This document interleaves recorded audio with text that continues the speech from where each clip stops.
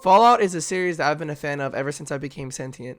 Well, that's only because I was like 7 when I first saw my big brother and my cousin play Fallout New Vegas. And I didn't know what was going on or what they were doing, but I used to just sit there and watch them play just because they had Radio New Vegas playing. And I used to just jam with them. And if I tried to play the game for myself, I always got lost and didn't know what I was doing or where I was going.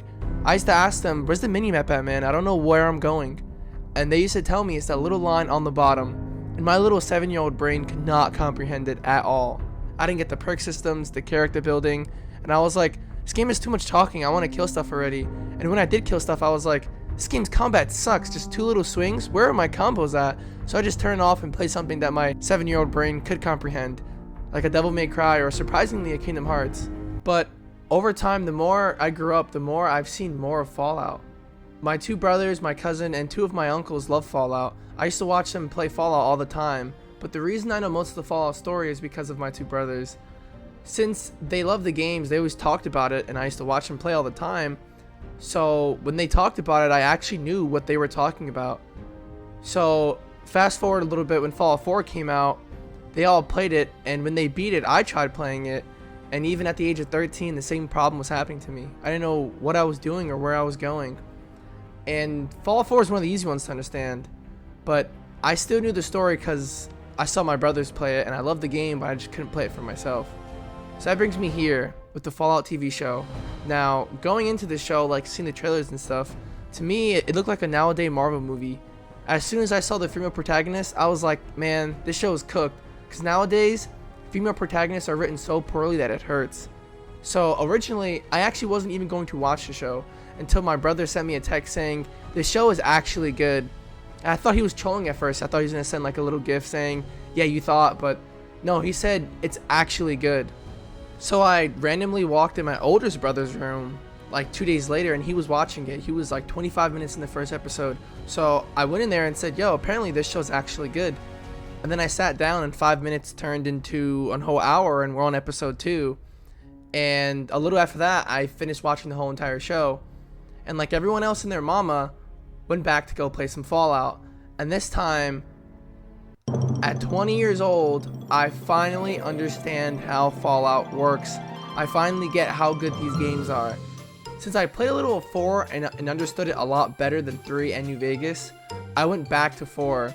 By the way, I'm not talking about 1 and 2 or tactics, just because the fact that they're so different from 3 and New Vegas and 4 that I'd rather just not talk about them. Now, I know that Fallout 4 gets a lot of hate from Fallout fans, but I think this game is an absolute banger. I'm not kidding when I mean I got it on my Steam Deck, and in just 2 days, I already have 20 hours in it.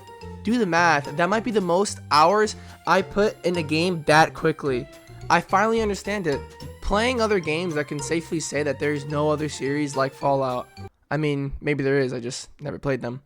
But I love running around with songs from the 40s and 50s killing stuff and seeing the post-apocalyptic Boston, looking at the sights and a freaking rat scorpion comes out of nowhere and I just die after start running for my life.